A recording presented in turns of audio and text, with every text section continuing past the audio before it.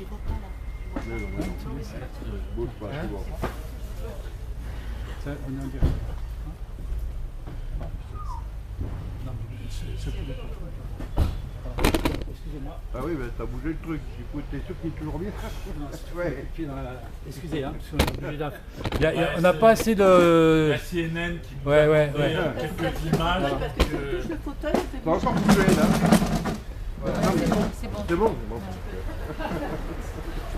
Non, non. Là,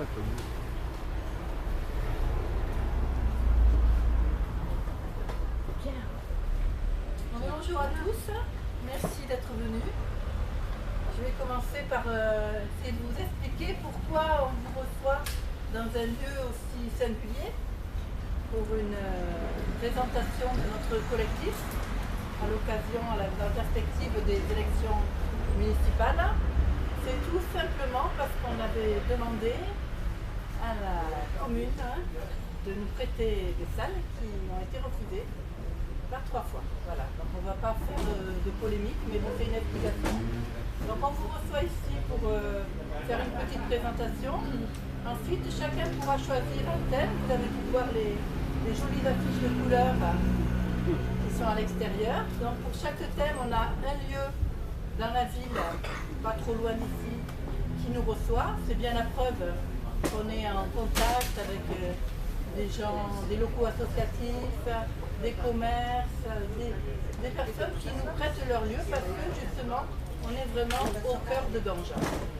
Et notre propos est d'essayer de faire naître ensemble tout un tas de propositions qui pourraient changer notre vie aujourd'hui, demain, dans notre région qu'on est tous, je pense, prêts à louer pour sa position, ni trop grande, ni trop petite, toutes les possibilités que nous avons ici, les alentours avec leurs magnifiques paysages et leurs variétés.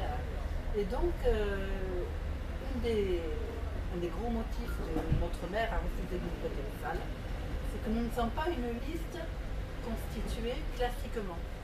Il n'y a pas de tête de liste.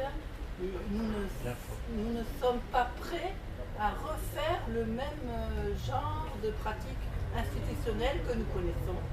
Nous voulons pratiquer la démocratie participative avec tous. Et que ce soit tous les citoyens qui sont intéressés pour ce qui se passe dans leur ville, qui puissent donner leur avis, faire naître des idées et en discuter. Voilà. Donc, ça s'appelle Notre Ganges est possible. On a commencé à l'automne, en septembre-octobre, avec des réunions hebdomadaires qui se sont doublées de petits groupes de travail par thème. Il y a eu plusieurs études qui ont été faites sur chaque thème, un état des lieux par exemple, de la culture à Ganges, comment ça se passe, les commerces de Ganges, notre environnement et la vie des gens qui travaillent pour l'environnement, etc., etc. Et donc on a fait des ateliers comme ça pour chacun arriver à construire quelque chose de fort. Et c'est vrai que moi j'étais pas là au tout début, mais franchement les gens qui sont là, ils s'investissent. Vraiment, on sent qu'ils sont sincères, qu'ils sont là, qu'ils ont envie qu'il y ait quelque chose qui se passe. Et même si on est très différents les uns des autres, et de différentes origines, avec chacun notre chemin, on sent qu'on tend vers le même but. Un autre Ganges est possible.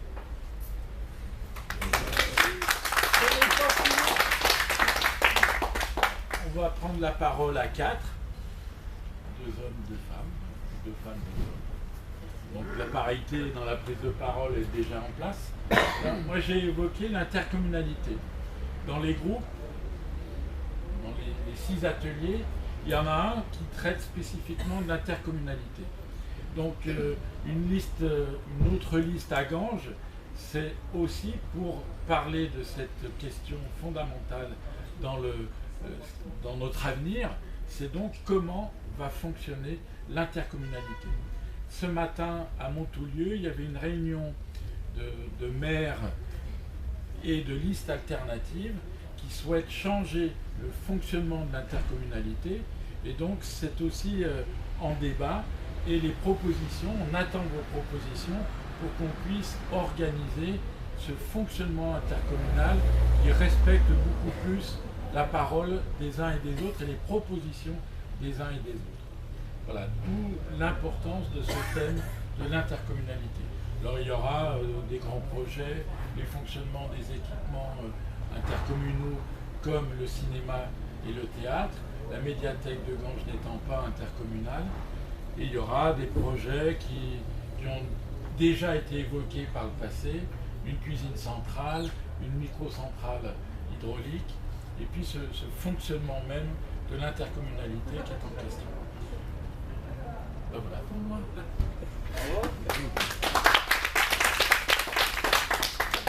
Bien, je vais vous parler de ce qui se passe un petit peu partout en France, à savoir que nous ne sommes pas seuls dans cette démarche d'initiative de liste citoyenne. Il y a des centaines de communes. Malheureusement, il y a quand même 35 000 communes en France. Mais il y a quand même des centaines de communes qui ont ce même type de démarche, à savoir d'abord rassembler la population et élaborer ensemble un projet, et ensuite voir si on veut aller jusqu'au bout de ce projet ensemble. Et pour aller jusqu'au bout, eh ben, il faut être suffisamment nombreux, sinon ça n'a pas de sens. Ça fait partie du deal. Et c'est quand même c'est symptomatique quand même de notre situation, parce qu'on voit qu'au niveau politique, pour ceux qui suivent un peu l'actualité, la République française est quand même dans une impasse politique. On ne voit plus très bien qu'est-ce qu'elle va pouvoir nous proposer comme solution d'organisation de la société. Au niveau socio-économique, c'est quand même le marasme, et on voit que depuis des mois et des mois qu'il y a des revendications, là ça fait plus d'un mois de grève et on n'arrive pas à aboutir, il n'y a pas de débouchés, donc il y a un mur en face. Et puis au niveau environnemental, il y a des tas de signaux d'alerte qui sont là, qui nous disent que ça ne va pas, il faut changer de cap. Et qu'est-ce qu'on a, on est en train de se réjouir que Airbus fait une courbe exponentielle comme ça de croissance. Et donc on voit bien qu'on n'a pas les solutions aujourd'hui en main au niveau des décideurs. Donc qu'est-ce qui peut se passer de mieux? C'est que justement à la base on reprenne du pouvoir, et que depuis cette base on essaye d'inverser ce que je disais, inverser un peu les processus hiérarchiques de décision, et que les décisions ne soient pas prises au sommet par quelques milliardaires qui nous tiennent un peu dans les mains, mais vraiment par la population. Ça c'est le projet, et c'est la première fois, je crois, dans l'histoire des élections municipales, où on a vraiment ce début de prise en charge. Et on peut remercier quand même, j'en ai pas parlé avant, mais on peut remercier Saillant, la commune de Saillant, qui a fait un vrai boulot depuis 6 ans, à la fois concret dans leur commune, mais aussi de prosélytisme quelque part, puisqu'ils sont allés dans beaucoup d'endroits expliquer comment ils fonctionnaient, montrer que c'est possible. Et là j'en viens à mon deuxième point. Il faut que nous arrivions à être convaincus que nous sommes en capacité de gérer. Et non pas d'attendre que des gens qui parlent bien ou qui ont pignon sur rue le fassent pour nous. Il faut vraiment qu'on pense que même qu'on soit le plus petit au niveau social, etc., on a notre mot à dire parce qu'on existe, on a un droit une capacité à agir politiquement. Et ça c'est le vrai boulot qu'on a à faire, c'est un vrai défi, parce que si on n'y arrive pas à ça, on peut rentrer chez nous, c'est même pas la peine de se présenter. Si par exemple, je vais être concret, si on arrive à avoir 27 ou 29 personnes candidats, et puis qu'on n'en est que là, ça ne marchera pas. Je le dis franchement, ça ne marchera pas. Parce qu'au bout d'un moment, ces 27 ou 29 personnes, on va dire, non, les autres, ils ne s'emmerdent pas. Ils nous laissent gérer la difficulté, puis eux, ils se disent, attendez que ça se passe. Si on n'est pas tous un petit peu, le plus possible, dans cette machine-là, à aider, à soutenir, on n'y arrivera pas, parce que vous avez vu peut-être que certaines communes avaient pris des arrêtés anti-pesticides, par exemple. Et qu'est-ce que fait le préfet? Il leur casse du sucre sur le dos. Et pour plein de choses comme ça, dès qu'on se met en rébellion, et s'il n'y a que les élus locaux, s'il n'y a pas la population avec, c'est même pas la peine d'en parler, c'est fini, c'est plié. Bon. Et donc, par rapport à la consultation, je dirais que c'est super, il y a eu plein de belles idées, mais il y a encore du boulot à faire, c'est-à-dire qu'il faut que plus de gens participent. Et là, ce matin, ça fait partie de ce processus. Et non seulement participent, mais apprennent à participer, apprennent à se rassurer sur leurs propres possibilités d'agir. On peut être maladroit dans ce qu'on exprime, ça ne veut pas dire que c'est pas bien ce qu'on dit. Ça ne veut pas dire que c'est pas intéressant et même des fois plus subtil que des beaux discours, parce que combien de fois on se fait embobiner par des beaux discours, et puis derrière, la réalité, elle n'est pas là. Hein. Et donc, parmi les défis qu'on a aussi, c'est d'arriver à dégager la possibilité à des personnes qui travaillent. On a eu beaucoup de réponses, par exemple, disant, mais moi, je n'ai pas le temps. Je n'ai pas le temps, je bosse comme un malade pour gagner ma vie, et ça ne va pas s'améliorer, parce que vu les conditions de travail, de plus en plus, il faudra avoir double boulot, etc. Donc, j'ai une famille en bas âge, c'est des obligations, où je ne me sens pas à l'aise pour le faire. Et toutes ces objections-là, il faut qu'on y réponde. C'est-à-dire qu'il faut qu'à un moment donné, au niveau de la mairie, au niveau de la commune, on mette les moyens en place pour que les gens qui ont a priori pas la possibilité de participer puissent participer. Et ça fait partie vraiment des enjeux. Et ce matin, c'est un peu ce qu'on voudrait faire, c'est montrer que même si on n'est pas super compétent en environnement, en urbanisme, si on n'est pas architecte, on peut avoir des bonnes idées en architecture.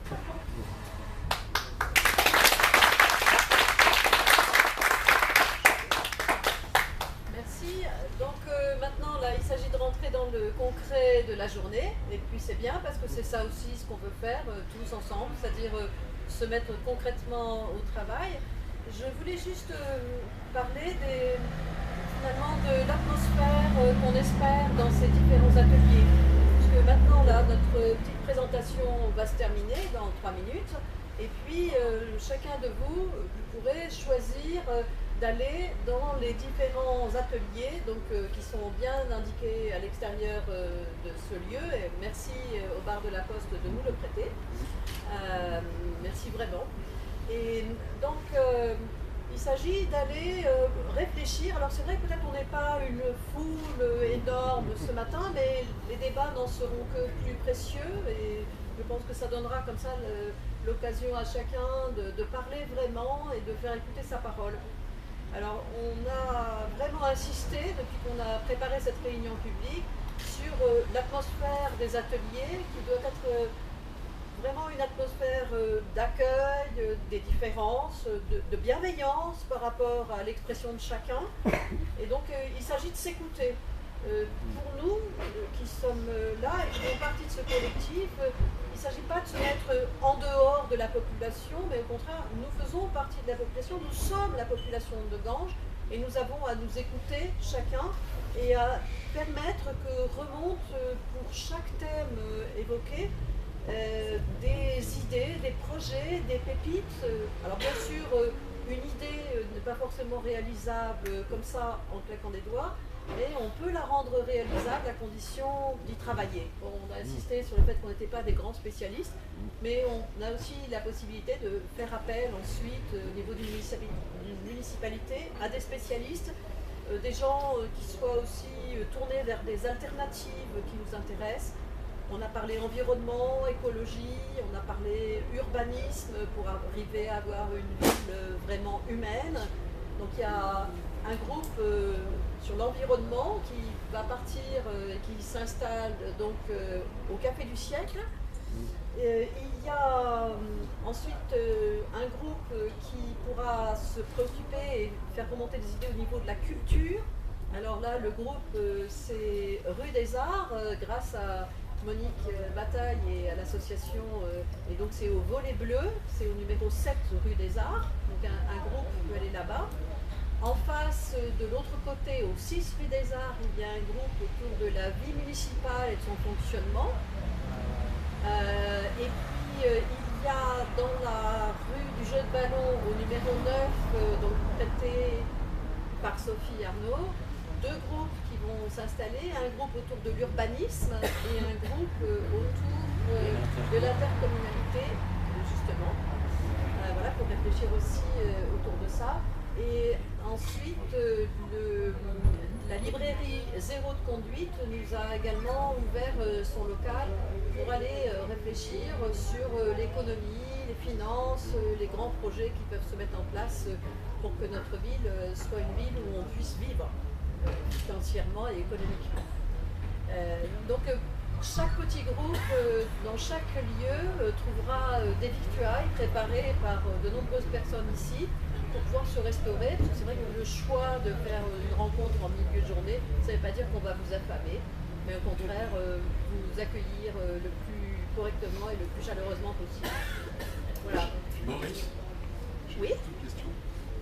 Le dernier atelier sur les grands projets, il intègre aussi les autres ateliers.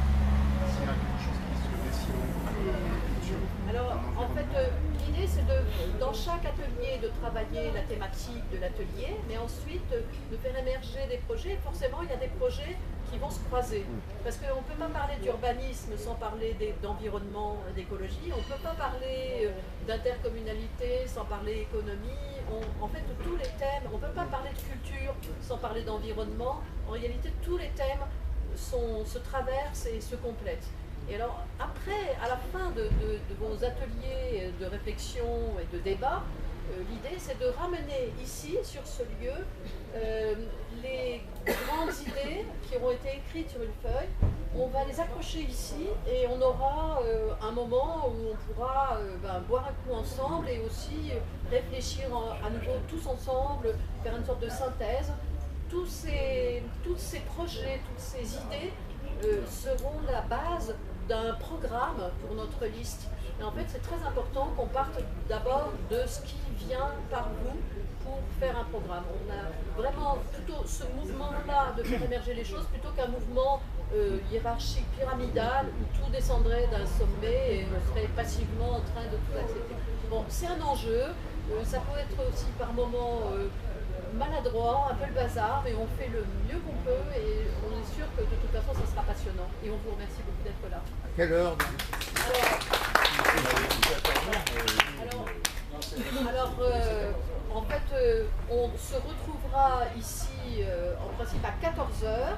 Donc une fois que dans chaque atelier, le débat aura été bien nourri et donc avec ces grandes feuilles, il y aura tous les thèmes abordés qui seront affichés. Donc merci.